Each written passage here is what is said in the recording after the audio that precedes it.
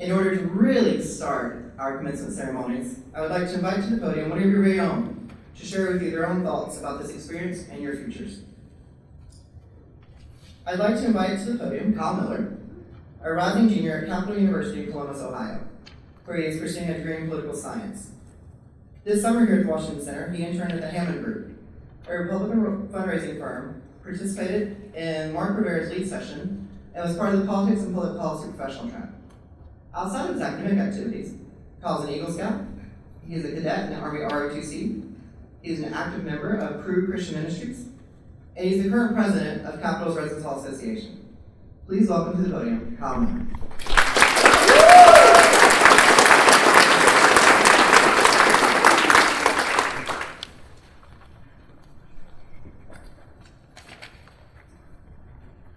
On Friday, January 20th of this year, for the 58th time in American history, a ceremony took place less than 2 miles from where we stand right now that drew the attention of millions around the world. The inaugural ceremony draws so much attention because it is the climax of the presidential transition, the process in which one generation of leaders hands over the reins of power to the next. This transition involves thousands of people as officials from the outgoing administration work to mentor and prepare the incoming leaders to take over. It is a serious and difficult task done in a very compressed time frame. This year, there were a mere 73 days between the election day and the inauguration. 73 days. That also happens to be the length of this summer semester at the Washington Center. My fellow students, today is our inauguration day. We have completed our lead sessions, our professional tracks, and classes. We have been mentored by our internship supervisors and coworkers. We have worked hard to expand our professional networks in a variety of fields.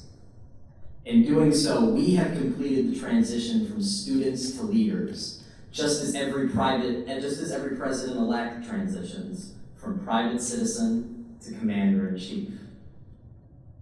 A less public part of the transition is that each outgoing president leaves a letter for his successor. The letter is a final opportunity for him to convey advice to the next leader of the free world, as well as share his best wishes. In keeping with the idea of those letters, I would like to share with you some of the lessons I have learned from my summer at the Washington Center. First, seize every opportunity to meet new people and try new things. Life is long, but opportunities are fleeting moments, and ultimately, your life story is crafted by the opportunities you choose to seize and the ones you let pass.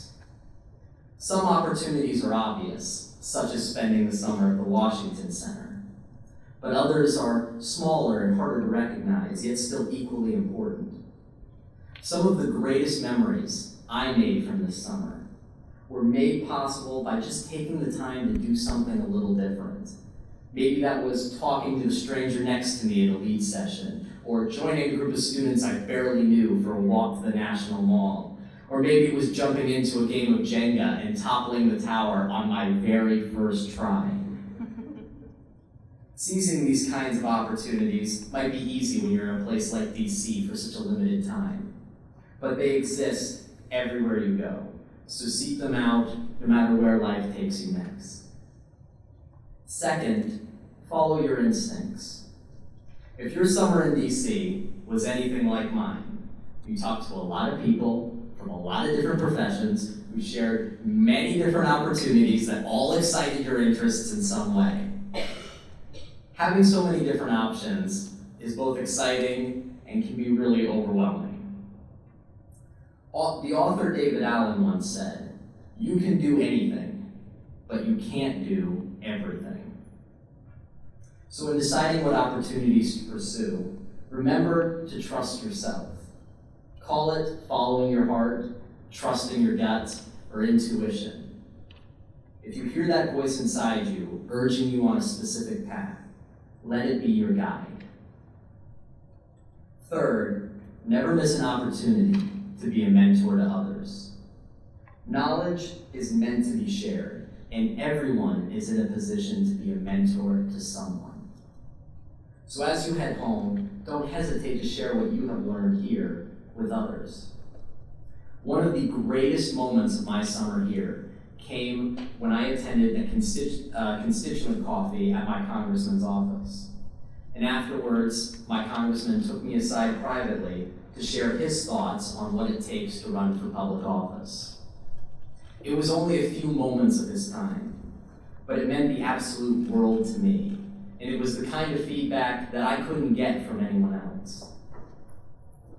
Don't underestimate how much value your insight and your experiences can mean to others. So if you get the opportunity and someone asks you to be a mentor to them, take that chance. Odds are it will mean a lot more to them than you realize. Today is our inauguration day. Just as each presidential inauguration marks the beginning of a new era, so too does our commencement here. Though many of us are still students, we are now so much more than that.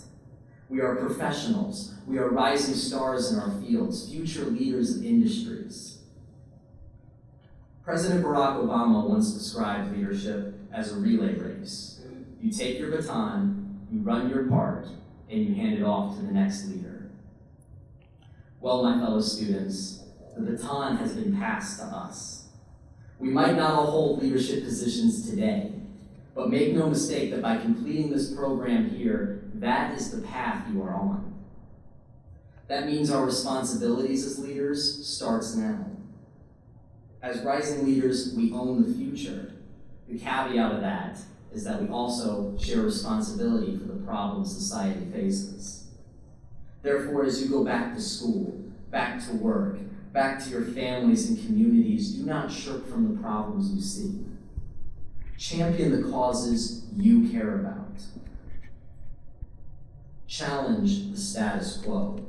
Work to bring about the change you believe is necessary. Presidential inaugurations, while celebrated, are always a footnote compared to the president's actions in his tenure.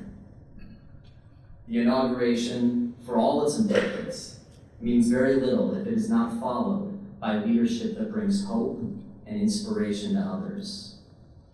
Today marks the chance for each of us to start providing that kind of leadership in our own way. It is a big world out there, with no shortage of challenges. Yet I have seen, in every person I have met here, the potential to make a difference somewhere in their own way. There is a lot of work to be done, so let's get started. Thank you.